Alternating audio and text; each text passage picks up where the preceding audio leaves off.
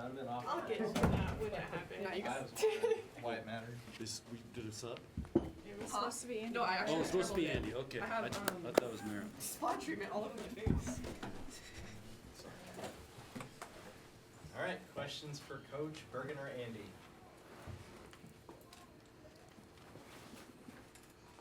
With John, with Florida A&M, like the athletes they have and how they play, are they like a typical first round, or are they different from a typical first round team?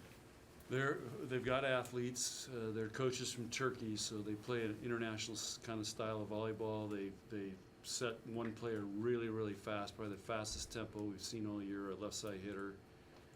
And they're running a 6-2, which a lot of teams do, and they run players all over. So they're probably not as refined as a lot of the Big Ten teams because they're running all these patterns and everything. So, but to do that, you got to pass. So the key for us will be, can we serve them and get them out of system all the time and take all that away? They do some nice things. They've got athletes, and you know, they're. I mean, Merritt's already played them a couple times already, so they're very consistent being in the NCAA tournament, and they have a very cool nickname, the Rattlers, and we're 0-1 against them. So this can be pay for me. They weren't born yet, but for me, this is payback.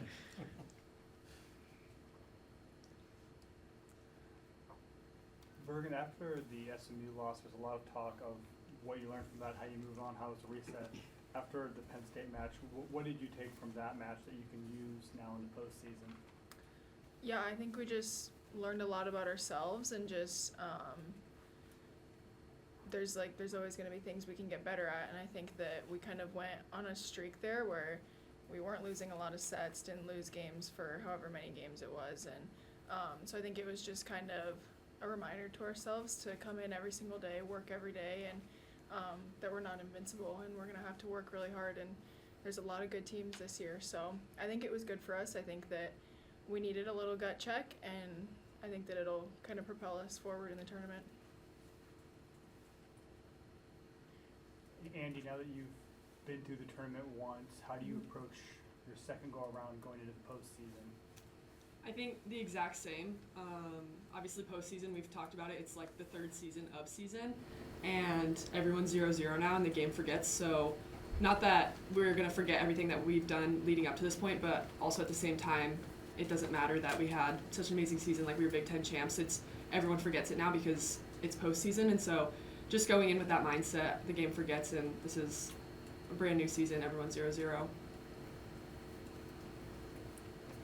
Coach, talking about, the third part of the season, just what does the week look like from Sunday night till tomorrow night, just from a preparation standpoint? Well, the great thing is when you're at home, we get to stay in our rhythm. So this was a normal week for us, playing a Big Ten week that we were playing on a Friday, Saturday, which we had a couple of those. So we're prepared for this. We know what it is. We know what it's like to go back to back. And for us, that's the beautiful thing about being at home. I'm hearing stories about all these charter problems and airline problems, and just think about you're trying to go and there's matches already started today. Just think about those teams trying to, get to that school and play today. So it's routine for us, and we love routine. And what have you seen different from the sophomores now this week, preparation heading into their second tournament? I don't think it's been much different. Last year we were dialed in. This year they're dialed in. So I do feel like this group, we have maybe a little bit more of an edge to us than last year. Last year we were still this is kind of a fun Cinderella story, and this year there's definitely a little bit of an edge. But we're also 0-1 against the Rattlers, so they're going to hear about. They've been hearing about it. How many times has he brought that up this week? I've heard it quite a few. Too many to count. Andy, you were one of 7 unanimous picks for the All Big Ten first team. Mm-hmm. What does that mean to you, getting that kind of respect from around the conference? It's huge, but I can't take all the credit. It's all to my teammates. I couldn't do it without them. Obviously, I don't pass, so huge shout out to my passers, and then to the setters like Bergen. I couldn't do it without her, so I can't take the credit for it. My team, my coaches, just like the support staff, it all goes to them. But it's a huge honor, and it was awesome receiving it. Coach talked about hoping Devaney can will you guys to Louisville earlier this week, but for Bergen and Andy, can you guys talk about how excited you are to come back and play in front of your home crowd? Yeah, I mean, everybody knows that there's no place like Nebraska, and getting to play at home is a huge advantage. And I don't know, having our fans behind us is just, we always love it. Running out just will never get old. And so I'm excited that we can hopefully have 4 rounds of the tournament here. And yeah, I think we're counting on our fans, and I think they got us. I second that. Bergen, Coach mentioned playing with an edge. Have you noticed that too, or where does that kind of come from? What's the driving factor behind that? Yeah, I think just like you said, last year was almost like a magical ride, a Cinderella story. We have all these young girls, whatever.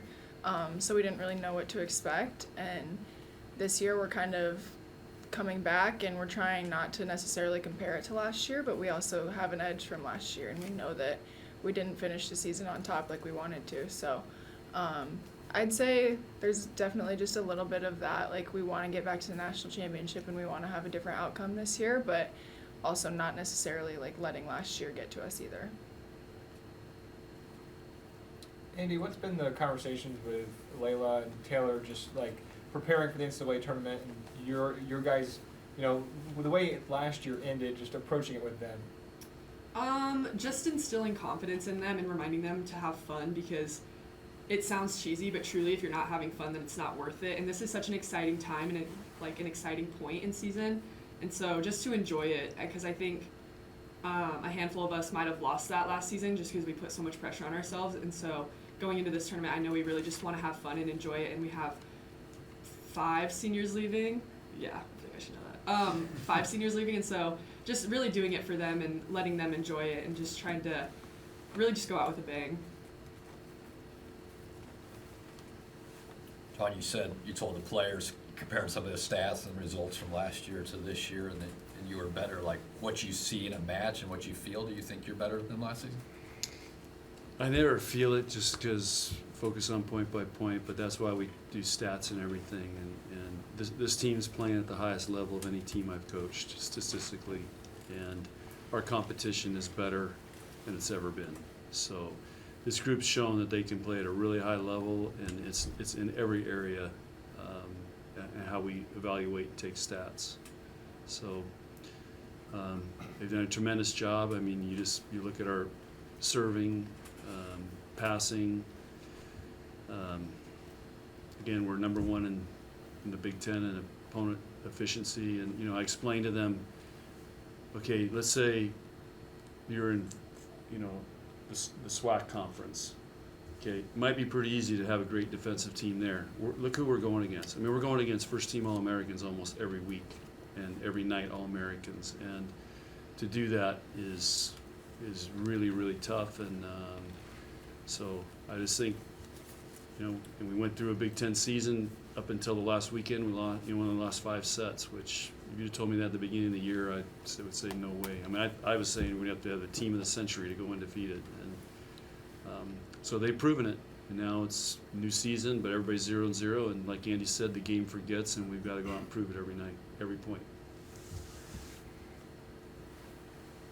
Questions?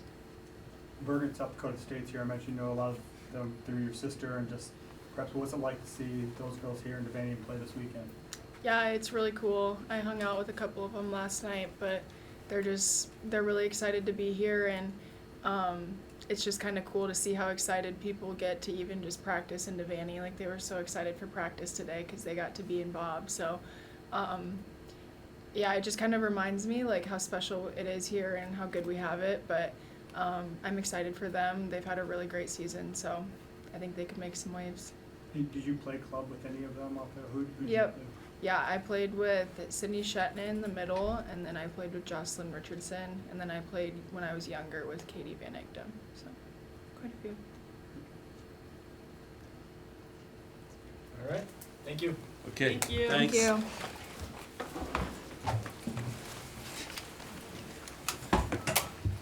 Guys have a good night. Thank you, guys. Thank you.